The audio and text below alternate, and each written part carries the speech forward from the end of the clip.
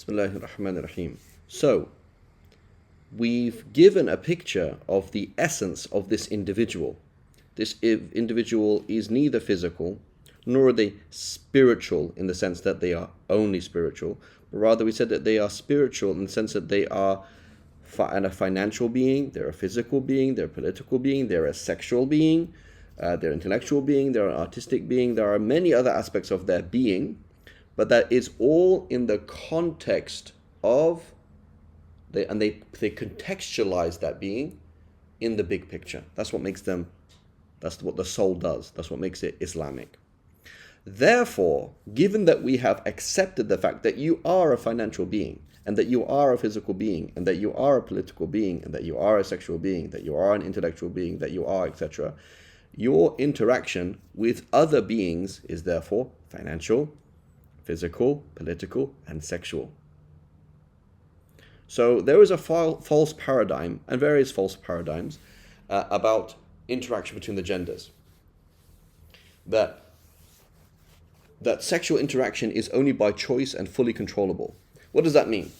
It means, oh, I'm an adult, I'm mature, and basically I have full control and choice and maturity about my sexual interaction. So when I'm around people, I selectively choose to employ my sexual side. Like I turn it off, and then basically what happens is I have this impassionate, positive relationship with somebody where I like them for purely spiritual reasons or purely something else, and then at some point you just turn on the sexual interaction, right? So basically that means that when you're around somebody, there is no sexual interaction at all between men and women.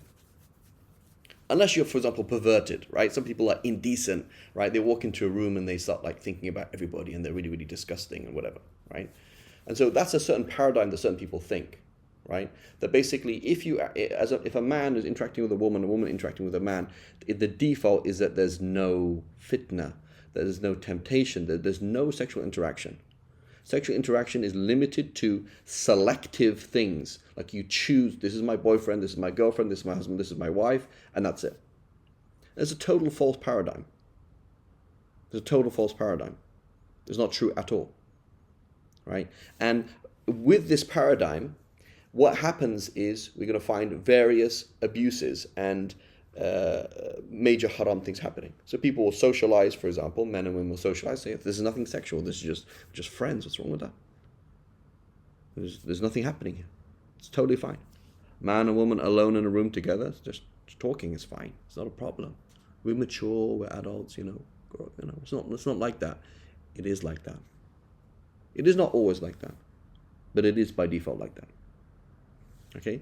Similarly, there's an intentional naivety, which is part and parcel of the same thing. So the assumption that you can interact with people and, there's no, the way I'm dressed, nobody would notice anything, right? Right? I'm wearing certain clothes, and this doesn't mean anything to anybody, of course. Now, in reality, it does, right? Because we live in a society, right, in the West, where sexuality is inserted into like every single thing possible and impossible.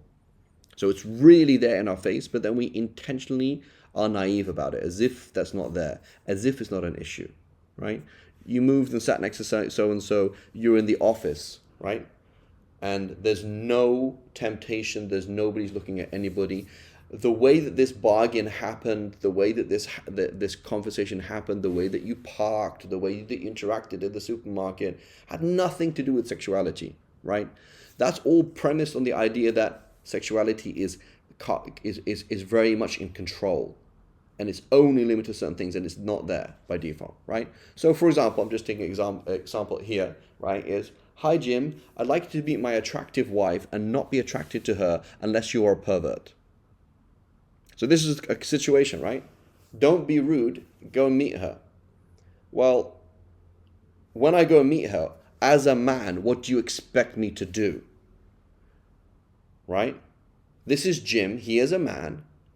He's going to meet this woman who is attractive, and then he's not supposed to be attracted to her unless he's a pervert, right? So people are expected to interact with each other on a very mature level, as if they have total control over themselves and they can just totally turn off their sexuality, and they are not a sexual being, apparently, right? Which is not true, because we've already accepted the fact that we are sexual beings. And so therefore the default interaction between sexual beings is a sexual interaction. That is the default, right? So there's a lot of silly behavior that Muslims and non-Muslims do, which result in huge problems on a regular basis. Haram things happening on a regular basis. Just on a simple level, you're sitting there, you and your wife and your friend. And so to assume that nobody's attracted to anybody is ridiculous, right? Unless, for example, everybody's very old, everyone's kind of this, but it's not a real thing. There is always some level of sparks happening, always some kind of levels, because you are, a sexual being. Just like on finance, right? Right now, you're listening to this video. Say, well, what's my financial relationship with Farid Dingle? And I'll explain to you in terms of physics. I don't know what you have to sell. And I don't know what you're selling it for. And you don't know what I want to buy. So it is not true that I'm not buying something from you, you're not buying anything from me. That's not true. What's happening is a balance of forces. Meaning, the reason why there's no flow of money is because there's a balance of forces. I don't want what you have because I don't know what it is, and you don't want what I have because you don't know what it is. And so it's a balance of forces. But there is actually a force. It's just like you're sitting down right now listening, right? You're being pushed up and pushed down. That's a balance of forces. There is actually forces happening. So the same thing with sexuality.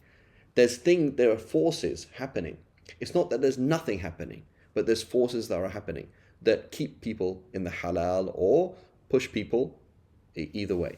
But the point is, the default interaction is a sexual interaction.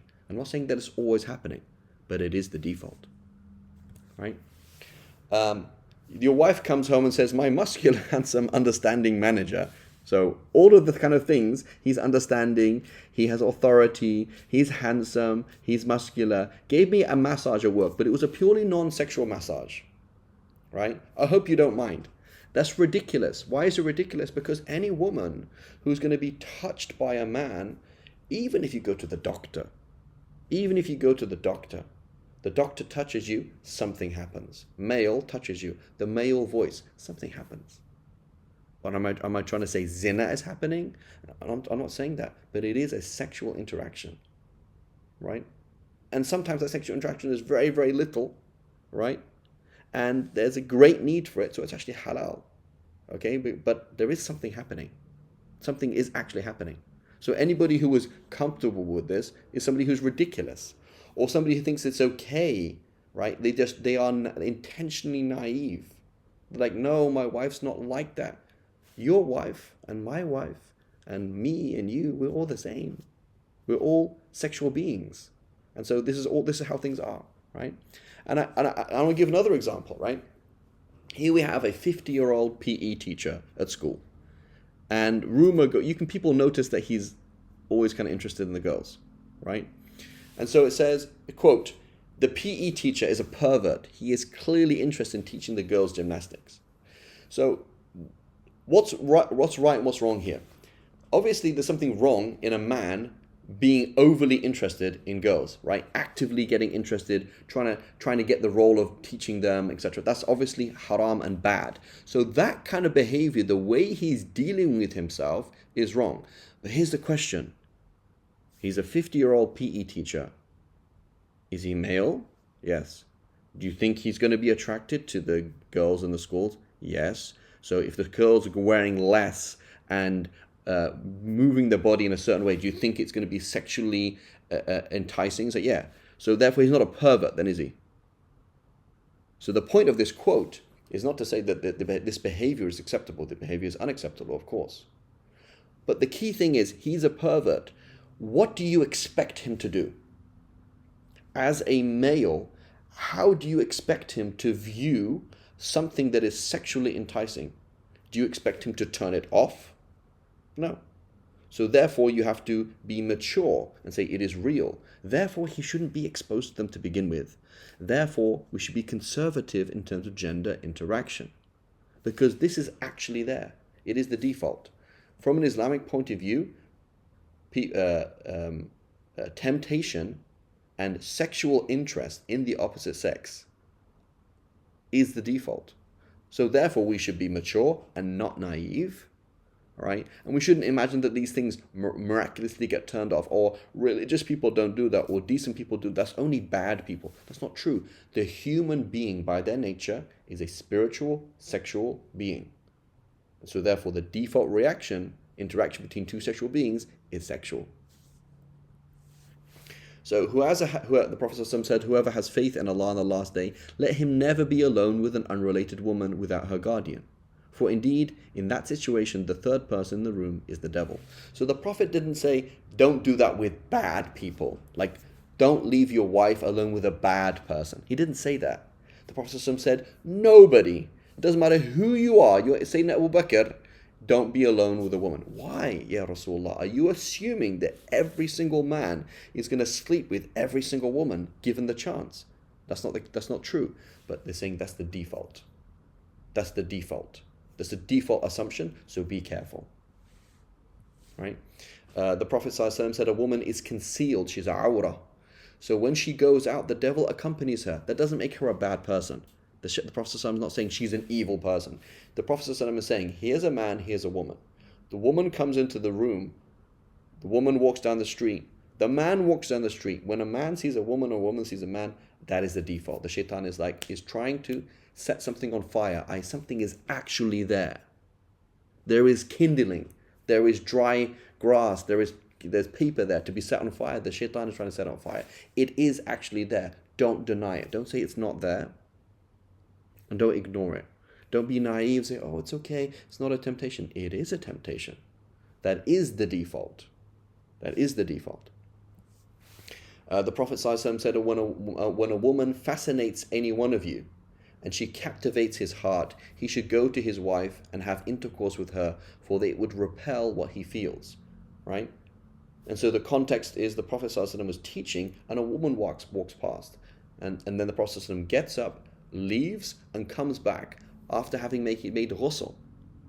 So the Prophet ﷺ is saying this is a normal human thing. You see somebody, a thought comes to your mind. This is not the thoughts of a pervert, right? Perversion is like this. Whenever I think of somebody whose name with A, I want to kill them because I have this obsession with murdering people whose names begin with A.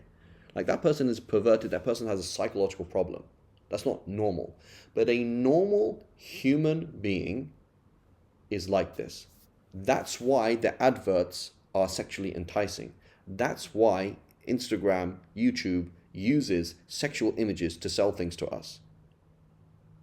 They wouldn't do it if that were not the case, because they would be shooting blanks. They'd be wasting money. They'd be hiring. Why would you have a model? Why would you have an image like that? Why would you have a woman in that position, a man in looking like that? Why would you do it if that was not the case? This is the raw reality of what we are. It's not false, right? And Allah subhanahu wa ta'ala has mentioned in the context of sexuality and marriage and the need for marriage, Allah subhanahu wa ta'ala says, وَخُلِقَ الْإِنسَانُ ضَعِيفًا. Mankind, men and women, have been created weak. And the Salaf, the Muslims, not Farid Dingle, said, what does it mean weak? Meaning weak when it comes to the opposite sex. You don't have the strength. You can't just turn it off, right? It didn't say, I'm weak when it comes to Scottish Highland butter cookies, right? Or when it comes to, basketball, I'm weak, like I have to go and play, I have to watch the game. It didn't say that. It said when it comes to the opposite sex, you've got a problem. You are created to procreate. You are hardwired to be attracted to the opposite sex. And yes, it is often the case that you're not attracted. It is often the case you're not. But it's often the case that you are. And that is the default. So therefore, we have to interact with that reality We have to acknowledge that reality. We have to be mature about that reality, and we have to use that reality to interact with Allah subhanahu wa ta'ala in a way that is pleasing to Him. And inshallah, we're going to go on to the next thing about the full sisters of man. وصلى الله على سيدنا محمد وعلى آله وصحبه وسلم.